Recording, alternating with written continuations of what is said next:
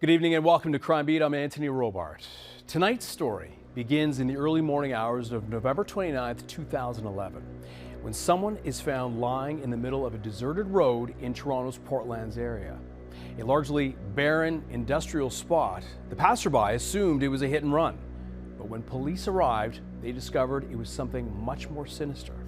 The information we had, she may have been hit by a car, but as I got in kind of close, I could see she had blood on her face. When she was rushed to St. Michael's Hospital this morning, she had severe head trauma. The cause of death was determined to be the gunshot wound to the head. When some of those articles were identified, there was belongings. As a result of that, we gathered video from there, and you see a vehicle, and you see two individuals who we believed at the time were males dumping her belongings. In terms of telling you what, how, and who did this, I am not in any position to tell you today. What I can tell you is that it has obviously touched a nerve with many people. She was just a young girl longing for love and a place of belonging.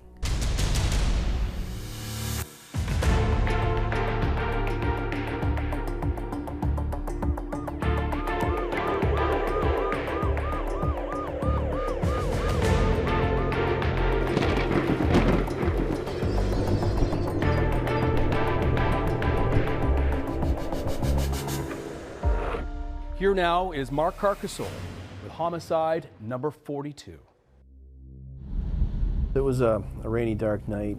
I was working with a new colleague to my shift, and we actually had struck up a conversation about the division, and he was making reference to not a lot of exciting things that happened in the month or so that he'd been there. It was about that time that our radio came to life and we were dispatched to a call down in the Portlands. The call initially came over as a person on a roadway, possibly a victim of a hit and run.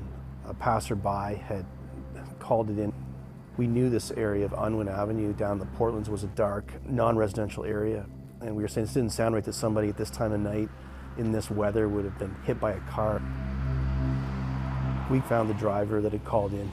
He said she was just up the road. I turned on the overhead lights in the car so we had as much light as we could, and we didn't go too far before I slowed right down.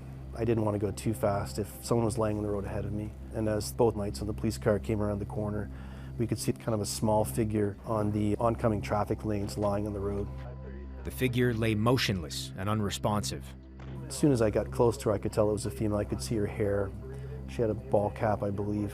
I could see that there was blood running across the roadway, but there was no grotesque injuries, if you will. The rain was coming down. It wasn't a downpour, but the rain was steady, but she only had a little bit of water on her. And when I reached down to touch her, she was still warm. I could tell that she was still breathing, but she was unconscious. She's approximately 18 to 20 odd years. Looks like pretty heavy bleeding. Bleeding from the ears here as well. My partner, he was on the radio suggesting that there was someone here that appeared to have serious injuries and was calling for the ambulance to hurry up.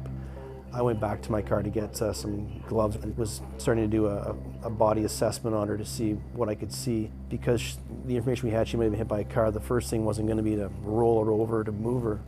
But as I got in kind of close and personal, I could see she had blood on her face, and there was quite a bit of blood around one of her hands. The fingers were all broken up or heavily injured. DAS Southeast 967 is on scene. Fortunately for us, the ambulance got to the scene within less than a minute of us getting there. The first ambulance paramedic that got out of the side door, the first thing he said was, make sure you immobilize her neck. So I kneeled down on the roadway and cradled her neck in my hands in case there was a spinal injury. And then we together moved her onto the backboard. And that's another moment that stands out in my mind because her breathing changed dramatically. It was immediately clear to me that something was wrong with her airway. She went from a labored breathing to I don't want to try to describe it, but her breathing became very terrible. Yeah, 516, we're going to head down as well. Constable Boyd's partner accompanied the injured woman to the hospital. leaving him to guard the scene for investigators from the Traffic Services Unit. Is 5537 on the air, the unit on scene? Given the apparent seriousness of this person's injuries, they were there quite quickly, within several minutes. And at this point, we're just looking at the scene to see what we have. So just a cursory look, and one of the other officers there looked down and found a number of brass-colored cartridge cases lying in the blood and the water running into the curb. The sergeant came on the radio and said, "We have a shooting, and this is not a traffic-related matter." When the forensics officers showed up, they show up and say, "What's going on? What do you got here? What am I looking at?" Some crime scenes you have, they take place over a wide area. This one was fairly contained. We had where she'd been found. The female had a fanny pack on that I believe was either taken off or cut off by the paramedics. There was also a gold chain lying in the blood where she'd been laying. And only a few feet away toward the curb there was some cartridge cases, but there wasn't really a lot more to the scene. Nothing immediately evident there that could have played out how this went to you. The only thing that was evident to anyone that was there that night is that there was a vehicle involved, maybe multiple vehicles. We knew this was something that had come to this location, occurred at that location, and then people had left that location. The fact that the cartridge cases were on the ground and at the side of the road indicated that it wasn't a drive-by. The individuals are outside of their vehicle. One of the cartridge cases was about half a kilometer away from where the victim had been found. So there's a good chance that when the shooting occurred, one of the cartridge cases landed on the suspect's vehicle, and then as they were driving away from the scene, it rolled off the car and onto the roadway. By midday, the case known as Homicide number 42 grows more mysterious when the victim's identity and her condition are publicized. When Leanne Freeman was rushed to St. Michael's Hospital this morning, she had severe head trauma. A short time later, the 23-year-old woman, originally from Winnipeg, was pronounced dead from a gunshot wound to the head. This is where Freeman was found, on Unwin Avenue, a secluded stretch of road off the Leslie Spit. This location, there's no houses around, there's no video cameras around, there's nothing around. And typically in big investigations, we'll try to find witnesses that may have witnessed something. It could be going door to door, knocking on doors. And this place was so remote that there was no ability to do that. We had, I think there was 3 males in a car that came by, and they had been previous acquaintances of the female that had passed away. And they were looking to leave some flowers for where their acquaintance had been found. That's when a shrine kind of started for the victim.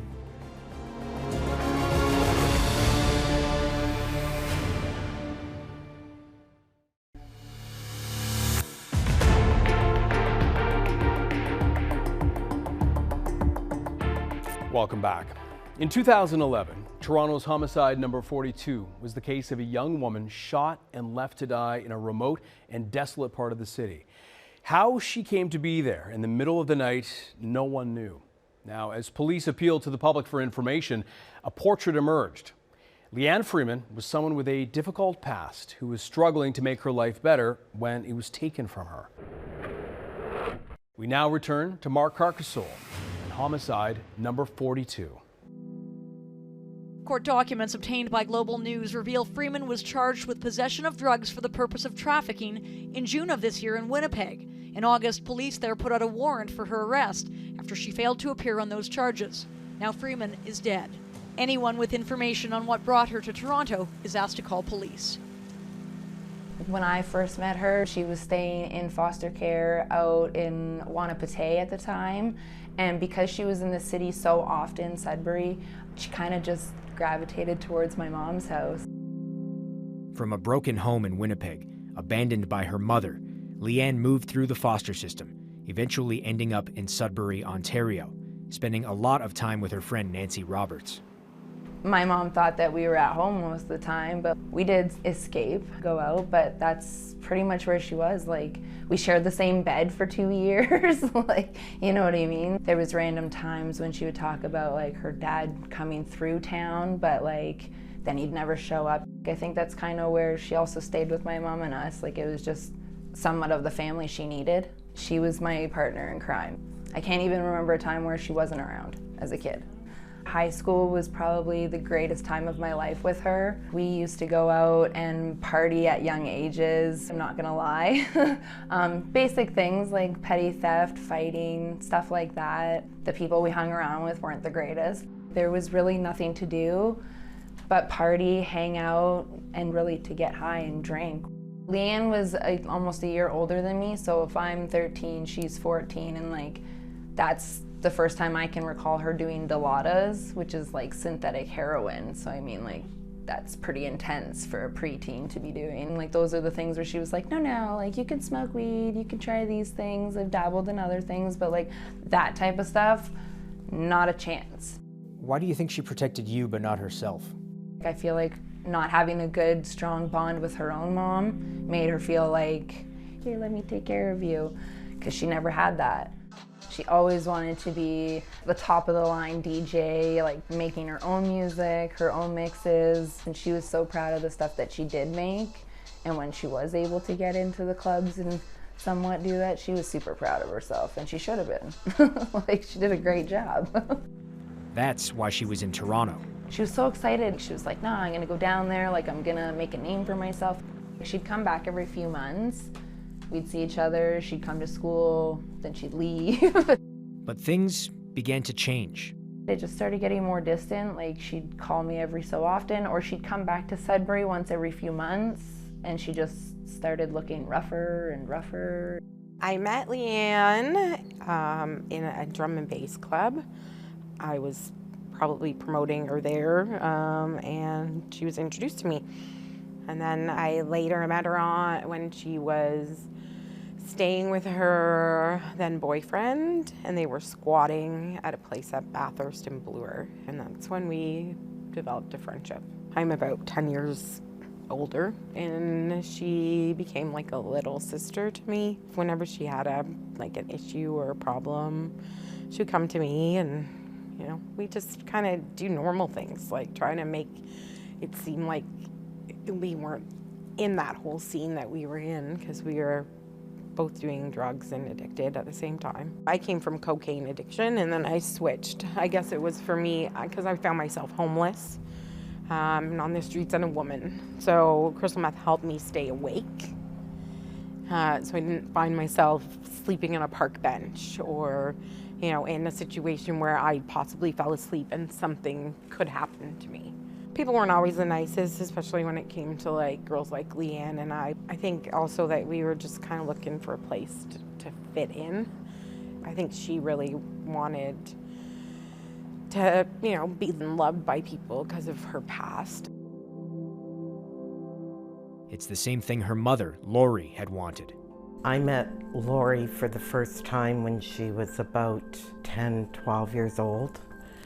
Her and I share the same father. It wasn't till I was about 15 years old that I actually met all of my half-siblings. Lori really stood out to me. I just kind of gravitated to Lori. Then I was about 25 years old, and Lori found out that I worked in this restaurant downtown. She would just run in there, and all she wanted was a big hug. She brought all kinds of friends and people and said, "This is my big sister." And you know, she would just want a hug.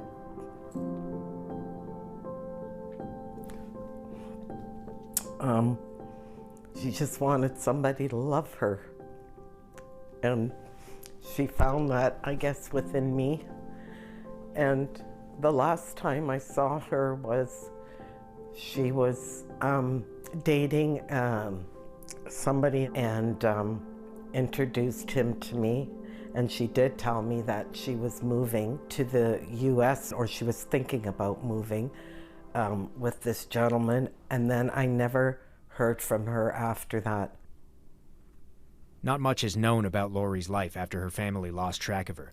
She had at least 5 children with different partners, including Leanne, but she became addicted to drugs, ending up on the streets of Toronto in the late 90s. Lori was pretty fun-loving. So the first time I'd seen her, she had jumped out of a vehicle and said, "Hey, how are you? You look like a fun person. Do you want to come and smoke some cocaine with me?" And I said, "Sure." Sure, and so that's where our friendship started, and a relationship that was pretty short because I eventually got off drugs myself. So when I had gotten off of cocaine and stuff like that, she was still into that and in those places, and I was working in and out of those places as a private outreach worker of sorts. We remained friends, and she became kind of like my cheerleader. I would see her, and she would always be like, yes, yes, it's so good to see that you're like clean. Anthony says it's all Lori wanted for herself too, hoping she'd get to see her kids again someday. Her stories that she originally had told me were that she had just left her kids and her family and stuff because she'd really messed up on crack cocaine at the time, and that her kids would be around 11, 12 years old, and that she hasn't seen them in a few years. I did find out later the backstory of her childhood. It wasn't as loving that it should have been. She left the home, I guess, quite young, so that could have been around the time where she was visiting me. Lori never, ever came to me and asked for money, asked for anything. All she wanted was a hug. She eventually died of an overdose while homeless in Toronto. Sadly, history would repeat itself. Like her mother before her, Leanne had ended up in Toronto, entrenched in the drug scene, struggling with her addiction and longing for family. Anthony Schofield says he met Leanne just a week after Lori's death because, as fate would have it, she was dating his brother.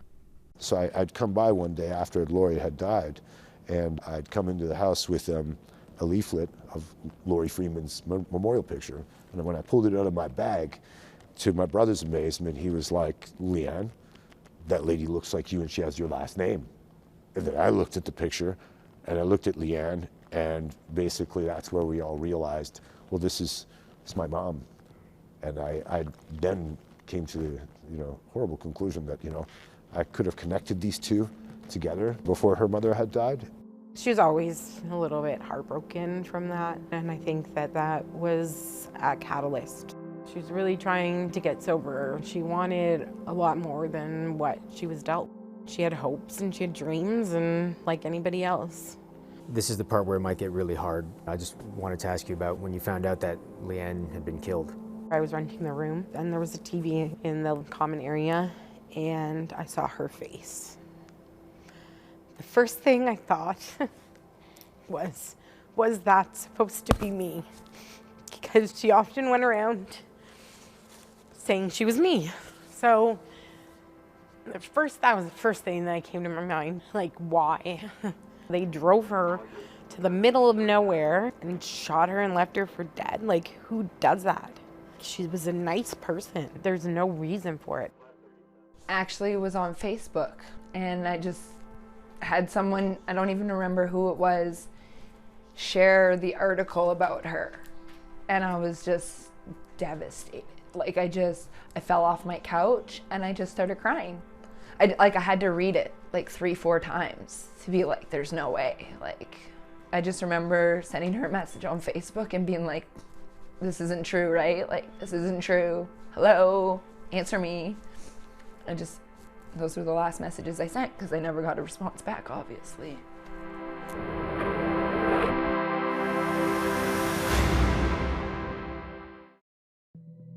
In terms of telling you what, how, and who did this to Leanne, I am not in any position to tell you today.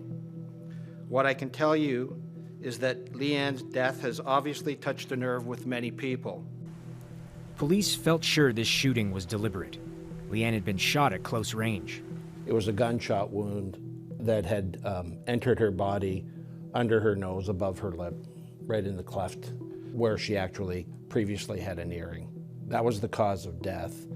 But in addition to that, she had been shot 4 more times. Police spent the day scouring Unwin Avenue for evidence from the fatal shooting. They have yet to make an arrest and are hopeful there might be some video surveillance to help them with their investigation. They did get video surveillance, but not from the crime scene. Because of the information that we had already put out to the public about the homicide, we received information that some of Leanne's belongings had been found in a dumpster. That dumpster was outside a bulk store, a 20-minute drive away. The store owners were disposing of some garbage in the dumpster. They found some belongings there. Initially, they didn't know what they were, so they left them in the dumpster. And then, learning a little bit more about the homicide, somebody went back, thought that they might be associated with Leanne Freeman, and they called the police. And when some of those articles were identified, there was belongings of Leanne Freeman and writings that suggested a relationship with somebody by the name of Rob. As a result of that, we gathered video from there, and you see a vehicle, and you see two individuals who we believed at the time were males dumping her belongings. And based on the timing on the video, that it was post-homicide. And so those are individuals, obviously, that we want to talk to right away. So now you start to collect evidence from that scene as well. And quickly, we found out in going through her belongings, there was a phone number with a guy with the name of Rob in her phone. And when we run that number, that was a phone belonging to Robert Beauregard. Through search warrants obtained, we were able to also track the cell towers that would have been associated with that phone. And some of the cell phone towers were very close to where Leanne was murdered. We also saw cell phone locations around the dumpster. And then the second link would have been when we identified the car. It was a Mazda 3, I think it was. Robert Beauregard rented that Mazda 3. That Mazda 3 was in fact the vehicle that dropped Miss Freeman's belongings at the bulk barn. And so now we've got two links between Robert Beauregard and Leanne Freeman, and one of them being significantly important to us because it's just post-murder. It brought us a little bit closer to identifying Robert Beauregard, who had now been elevated at this point to being a suspect in her murder. Police learned Beauregard was already serving a part-time sentence at the Lindsay Correctional Center, east of Toronto. The homicide occurred in the early morning hours of a Tuesday. Mr. Beauregard was expected to arrive at the Lindsay Detention Center on Tuesday morning to serve part of that intermittent sentence, which I believe went from Tuesday to Friday. He arrived late that morning. In the meantime, we forensically examined the scene. We were following up on many tips that we were receiving. On Friday morning, Mr. Beauregard was released from the detention center, and we began our investigation of Mr. Beauregard. We gathered video from the Lindsay Detention Center to find out when he leaves and who picks him up and where does he go. There were tips coming in that seemed to identify a second individual, Jonathan Ash, who became a person of interest. Robert Beauregard and Jonathan Ash were involved in the crystal meth scene in the city of Toronto, as was Leanne Freeman. Heather Leach knew Jonathan Ash. From the minute I met him, there was just something about him. I guess he was arrogant, cocky. I just didn't like him. Robert Beauregard was a guy that lived in the suburbs, and he came around and then he thought he was, Mr. Tough Guy. I'm the one with all the connections, people kiss my feet kind of type attitude. And my gut said, stay away. It quickly came to light to us that Robert Beauregard, John Ash, and Leanne Freeman were committing break-and-enters in residences around the city of Toronto to feed their crystal meth habit. Mr. Beauregard had been investigated by the Durham Regional Police Service just less than 3 weeks before Leanne was murdered. He had been investigated for a break-and-enter that had occurred in Whitby. In that break-and-enter, there was a significant amount of property that was stolen. That property included jewelry. What's significant to us is they stole a 9mm Ruger handgun and ammunition. There was 2 clips associated to that gun, and it was in a gun case, and they stole that. And we were able to determine through forensics and casings left at the scene, that was probably a Ruger handgun that was used to kill Leanne Freeman. With the evidence coming together, police moved to arrest their suspects. About 17 days into this investigation, I send a team of people up to an address on Danforth Avenue to gather up some people that we want to speak with that are friends of Leanne Freeman and Jonathan Ash and maybe Robert Beauregard. And when they get there, Jonathan Ash is there. That was not expected. Also unexpected, Ash, who didn't know he was a suspect, agreed to speak with them as a witness. Jonathan Ash told us information that night that clearly implicated that he had knowledge of the homicide. He acknowledged that on the night of the homicide, he was with Leanne and with Mr. Beauregard. He was with them before the murder. At some point before it occurred, he was dropped off at a location by Mr. Beauregard, and then Mr. Beauregard and Ms. Freeman left together, and he later learned about the homicide. We spoke with him again the next day. He provided us with some additional information, and as a result, I felt that we had enough to arrest him for accessory after the fact to murder, and no direct evidence that he was actually involved in it, but that he assisted Mr. Beauregard after the fact. I also formed the grounds that night that Mr. Beauregard was responsible for Leanne's murder. And the next day, as he was being released from the Lindsay Detention Center, I had officers there to arrest him, and we charged him with first-degree murder.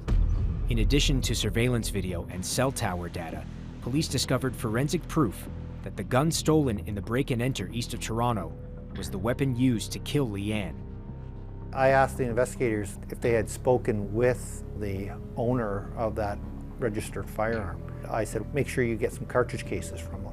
He's a law-abiding gun owner in Canada who goes to a range and shoots and maybe collects his cartridge cases. They found out that he actually didn't, but his girlfriend did. She was able to turn over 2 cartridge cases to us. The forensic evidence from those 2 cartridge cases were compared to the 4 cartridge cases that we had at our scene, and they were matched. Cartridge cases, after they are discharged from a firearm, contain a lot of forensic evidence. Breech face marks, extractor marks, firing pin marks, burn marks on the side of the cartridge that we can use to compare. And it was a great circumstantial evidence because those cartridge cases put that gun at the scene. Though we didn't have the gun, we had the cartridge cases that were responsible for it. Police also seized the Mazda rented by Beauregard, which was forensically examined for blood, hair, fibers, and gunshot residue, or GSR. Out of that car alone, there was just under 300 items removed from that vehicle. Within the storage compartment between the front seats, I located a pair of gloves, and they found GSR on those gloves. Circumstantial evidence that put a gun in that car at one point. There was lots of documents. I found several pieces of jewelry also belonging to this individual that had his house broken into. As the amount of evidence grew, DNA results came back from Leanne's fingernail clippings. We know that if there is potentially a struggle and the victim could be fighting back, that they could get DNA from someone else under their nails. In the left-hand fingernails, there was a mixture of DNA from the deceased, which is expected, and a male. The first question is often, when did it get there, and then how did it get there? When looking at this case, the DNA results are more likely if the DNA was deposited through direct or indirect contact with a body fluid or with direct contact with skin cells with some degree of force than if it was deposited through casual contact. That same male DNA profile was also found from a hair in a rental vehicle that had been associated to this incident. It was also discovered on the zipper pull of Leanne's makeup bag found in the dumpster. When police ran it through the National DNA Databank, they got a hit: Jonathan Ash. His charge was upgraded to first-degree murder, setting the stage for a so-called cutthroat defense in court.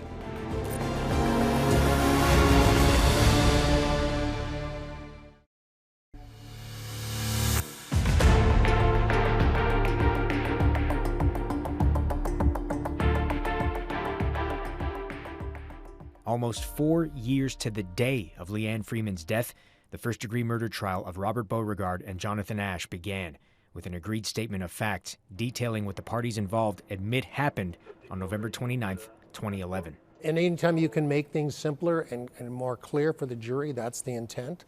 Defense had their own reasons for the agreed statement of facts. There was, only one shooter and 2 people there. Beauregard and Ash agreed that Leanne was shot on Unwin Avenue, and that they'd driven there with her. They agreed they were both there when she was shot and that no one else was present. And then they both agree that they left without Miss Freeman. We had other evidence that could prove that. So they agreed to it for their own reasons, and we agreed because it did nothing but assist the jury in painting a big picture as to what transpired. What they don't agree on is essentially what happened in the time in between. Exactly. Beauregard and Ash also agreed that after Leanne was shot, they went to the bulk store and dumped her duffel bag, backpack, and purse into a garbage bin. Then they spent several hours together before Beauregard was dropped off at the Lindsay jail by his girlfriend and Ash. If a determination is made that the Crown will be able to prove those facts, then there's no harm in coming to an agreement. In leaving that hole in the agreed statement, though, is that their way of trying to individually pin it on each other? That may be a possibility. That would be up to them to answer that.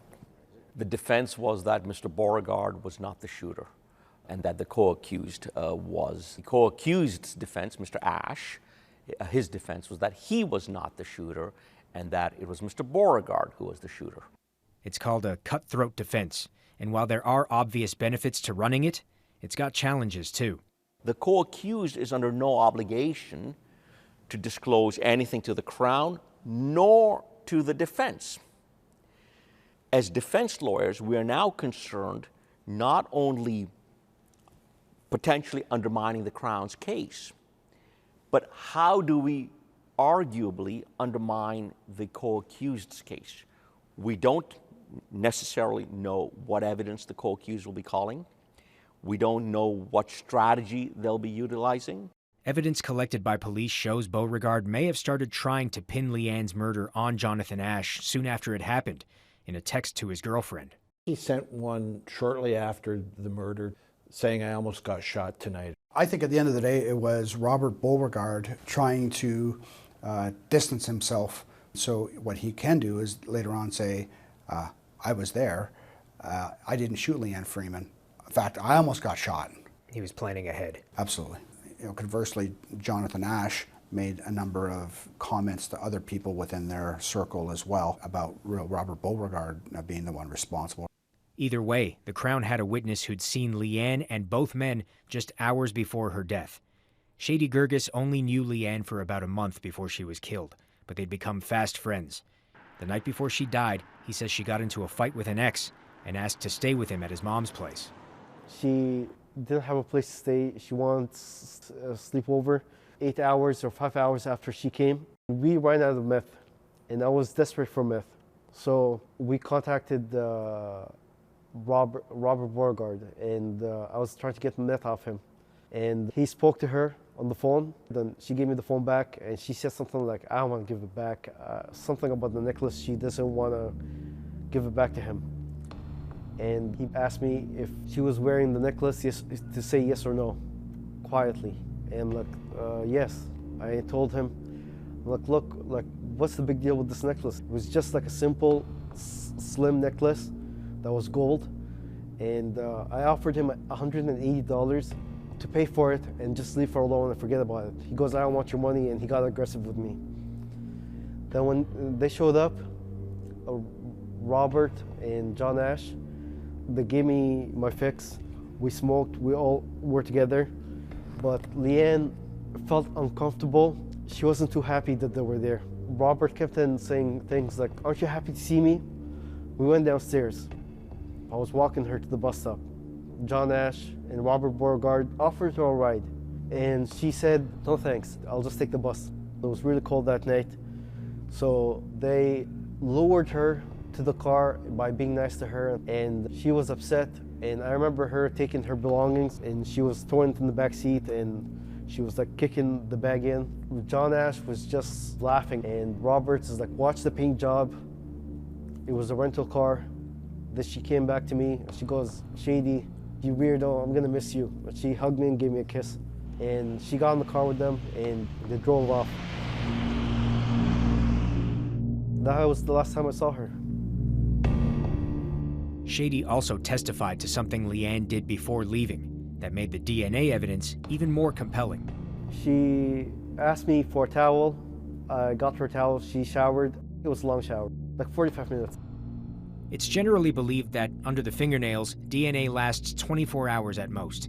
The shower meant Leanne's nails were clean before she left Shady's place with Beauregard and Ash. DNA under the fingernails doesn't persist for very long. There are activities that humans do on a daily basis, things like hand washing, showering, just moving around. All of those activities would lead to loss of DNA, and most of it is typically lost within hours after it's deposited. So 24 hours is actually a quite conservative estimate in the time. The DNA results indicate that most likely the male DNA was deposited under her fingernails within 24 hours of her death.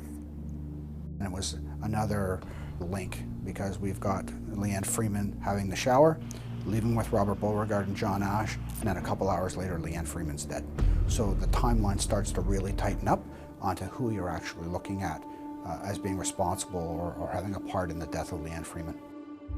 Police and the Crown believed Leanne was murdered as part of a dispute over goods that she, Beauregard, and Ash stole in the break and enter, whether it was the necklace or the gun.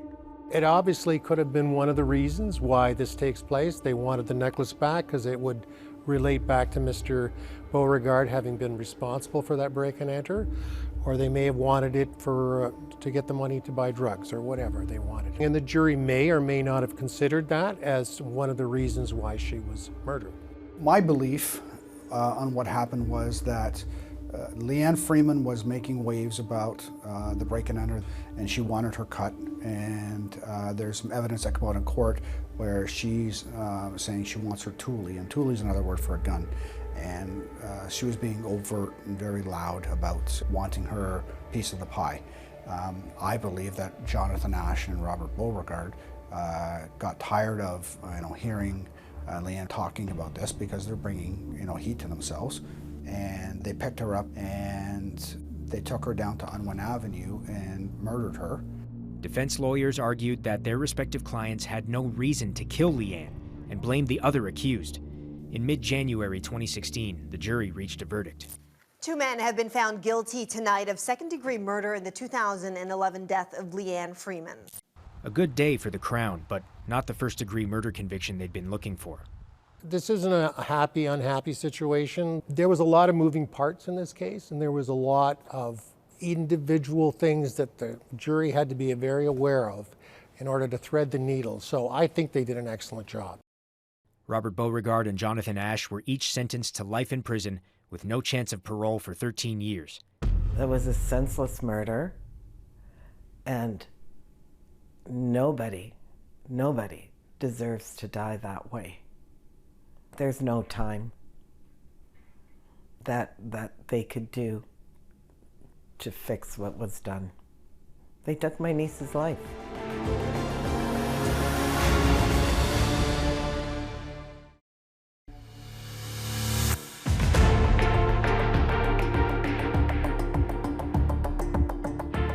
Welcome back. Despite the difficult circumstances of her life, Leanne Freeman was a bright spirit who lived in such a way that those who knew her say they will never forget her. We now return to Mark Harkesol and the conclusion of Homicide number 42. Leanne Freeman managed to make contact with some of her siblings, but never got to see her family reunited. Despite never meeting, her Aunt Maureen was so affected by Leanne's story that she came to Toronto to attend the trial and just missed hearing the verdict. I sat at the courthouse all day long for 2 days, waiting for this verdict to happen. And I had a flight to leave at 9 o'clock because I had to go back to work. I was in the taxi on the way to the airport. I got a call from Detective Borg saying that the verdict had just been read and they were both found guilty, which was very overwhelming and happy at the same moment. But I wished I could have been there to hear it. In the days after her murder, Leanne's scattered family was unable to pay for her body to be returned and laid to rest in Winnipeg.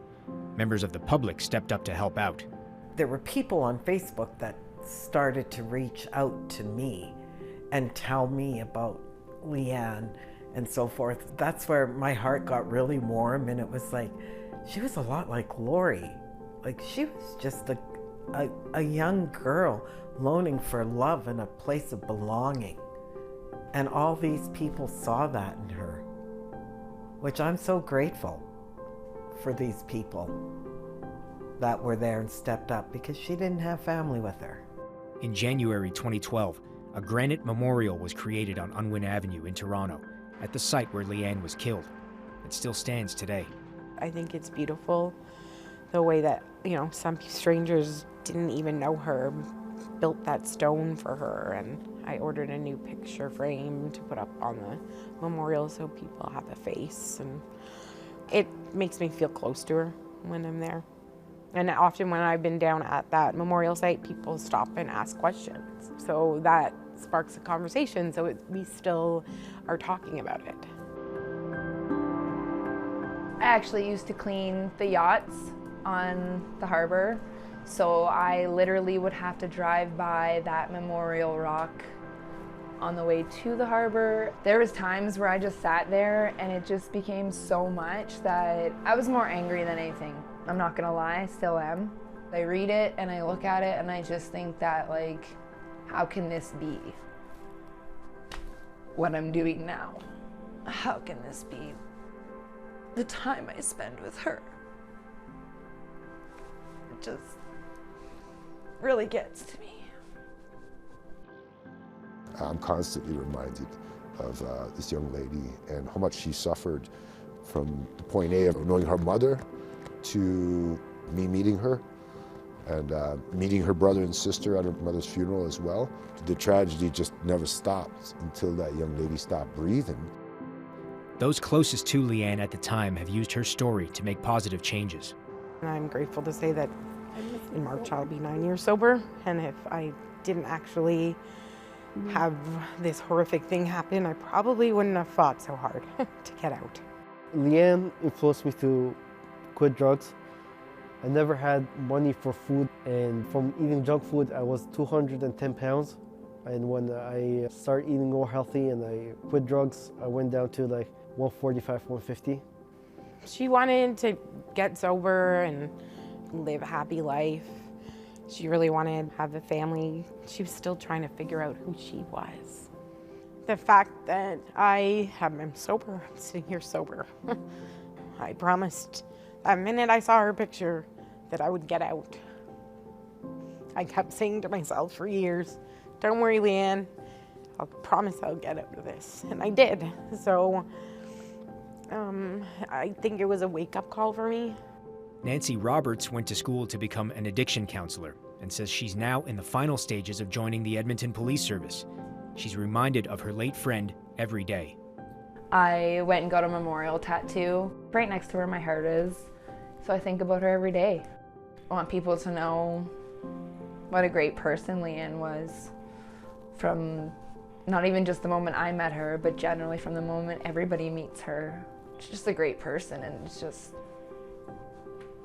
I'll never get over this, that's for sure. She was someone that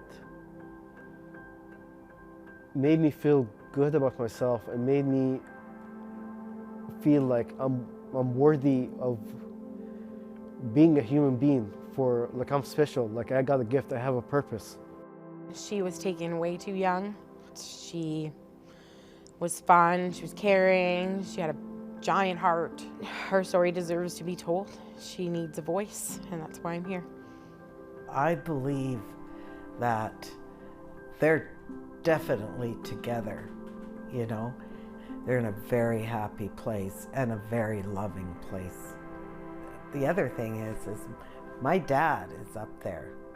Lori's dad, Leanne's grandpa, and I'm sure he's ecstatic to have his daughter and granddaughter.